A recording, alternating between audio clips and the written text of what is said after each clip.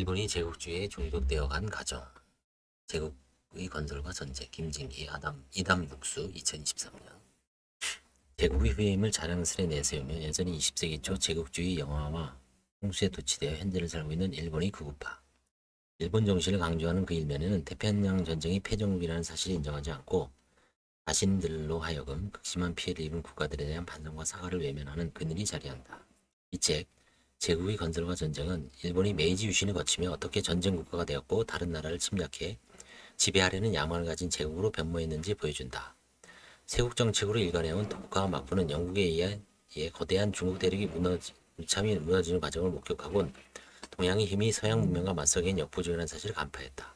이후 발빠르게 서양 문명 모방하기에 나서며 주장한 것이 바로 타라론과 정한론이다. 일본은 메이지 유신 이후 10년마다 청일전쟁, 러일전쟁, 중일전쟁을 치르며 매번 승리했고 이를 통해 막대한 경제적 이익과 국민적 자긍심을 끌어올렸다. 특히 청일전쟁에서의 승리는 일본을 아시아 강국 반열에 들게 했고 명실공히 세계 5위 군사대국으로 인정받는 계기가 됐다. 그들은 시모노세키 조약을 통해 청나라로부터 받은 이 역량으로 해군 함선을 건조하여 군사력을 더욱 확고히 다지는 한편 고등학교 의무교육을 시행해 제국의 신민을 양성하고자 했다. 신직교육의 도입은 일본인들에게 근대적 국민이 되었다는 긍지를 갖게 함과 더불어 우수한 민족이라는 신념을 세뇌시키기에 더업시키기 위한 조치였다. 일본의 자본주의는 절대 권력을 지닌 천황제와 군수공업의 학대라는 정치 경제적 두 축을 통해 발전했다. 이후 일본의 경제체제는 군사적 침략 정책 등을 등에 업고 주변 국가의 식민지화를 중심으로 구축되었다.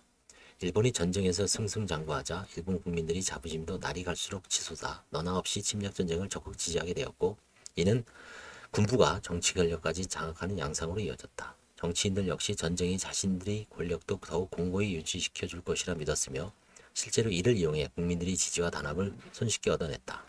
점차 이들에게 전쟁이란 당연히 이기는 것으로 여겨졌으며 이러한 망상 곧 확신으로 굳어졌다.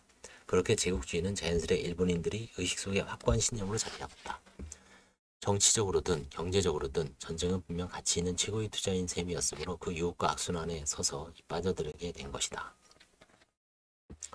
러일 전쟁의 승리로 세계적인 강대국 대우를 받기 시작하자 일본은 만주까지 거침없이 정벌하여 괴뢰국으로 만들었고 중국 대륙마저 손에 넣기 위해 중일전쟁을 일으켰다. 이때 중일전쟁을 방해하는 영국과 미국을 견제하기 위해 진주만 공격을 감행하고 동남아시아에 진주하면서 300만 명의 일본군이 아시아 전역에서 전쟁을 치르는 지경에까지 이르렀다. 일본 수뇌부는 전쟁을 지속하는 것이 무리이며 더구나 미국과의 싸움은 이길 가능성이 전혀 없음을 처음부터 인지하고 있었다. 그럼에도 불구하고 일본 군부 내 육군과 해군의 갈등도 때마침 골마 터지면서 폭주를 멈출 수 없게 되었다. 전쟁을 계속 이어가지 않고서는 그 한계점 그 이상에 도달한 일본 국민들의 기대치를 충족할 방법이 도저히 없었기 때문이다. 당시 일본 정부는 육군과 해군을 중심으로 한 군부가 장악하고 있어 다른 의견을 개지할 여지가 전무했다. 이러지도 저러지도 못한 채 막바지에 몰린 일본 정부는 국민들이 동요가 두려워 항상 승리하고 있다며 허위보도를 내보내는 한편 대동아 전쟁의 명분을 앞세워 식민지 수송과 대만을 향해 더욱 가혹하고 폭압적인 전쟁 참여 동료와 노동 착취를 자행했다. 이처럼 끝나지 않는 전쟁으로 식량과 물자가 태부족해지면서 식민지는 물론이고 일본 본토 국민들의 생활까지 극도로 피폐해지기 시작했다. 1940년대 일본 재정 상태는 군사비 비중이 무려 80%에 달할 정도였다. 국가가 오로지 전쟁 수행을 위한 도구로 전락했으며 국민들은 전쟁에 소비되는 전투물자 조달책과 다름없는 신세가 되었다는 뜻이다. 그럼에도 여전히 그 시대를 추억하며 회기를 꿈꾸는 일본인들이 다수 존재한다. 이 책에서 저자가 눈의 열과했다시피 제국주의는 침략전쟁을 위해 자원을 동원하는 과정에서 필연적으로 폭력을 동반하고 인권을 유리한다. 통렬한 반성과 사죄, 제국주의가 남은 것은 결코 그리움이 아니다.